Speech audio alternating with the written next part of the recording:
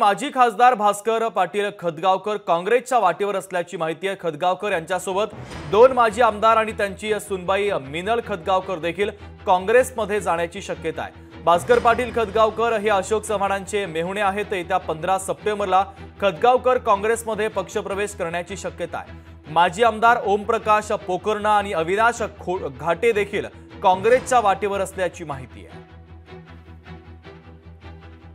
तर एक महत्त्वाची राजकीय बातमी आपण पाहतोय। माजी खासदार भास्कर पाटील खदगावकर काँग्रेसच्या वाटेवर असल्याचं कळतंय।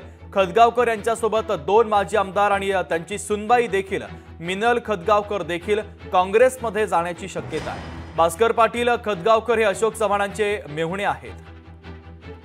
कमलाकर बिरादार आपले प्रतिनिधी या राजकीय घडामोडीच्या संदर्भातली अपडेट आपल्यापर्यंत पोहोचवतात। कमलाकर, बरोबर आहे शुभम।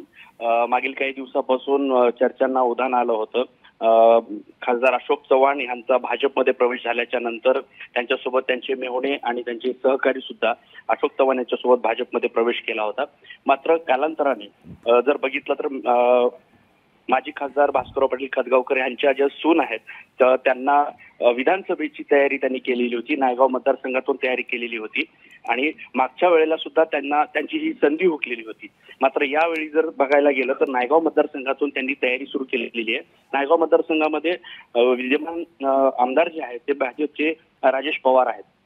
त्यामुळं त्या ठिकाणी आता दुसरा उमेदवार देणं शक्य नसल्यामुळं त्यांनी आपल्या सुनेसाठी काँग्रेसमध्ये प्रवेश निश्चित केल्याची चर्चा आहे। तर त्यांच्यासोबतच माजी आमदार अविनाश घाटे असतील, माजी आमदार ओमप्रकाश पोकर्णा हे सुद्धा काँग्रेसच्या वाटेवर असल्याची चर्चा आहे आणि येत्या 15 तारखेला त्यांचा प्रवेश होणार असल्याची मोठी चर्चा आहे।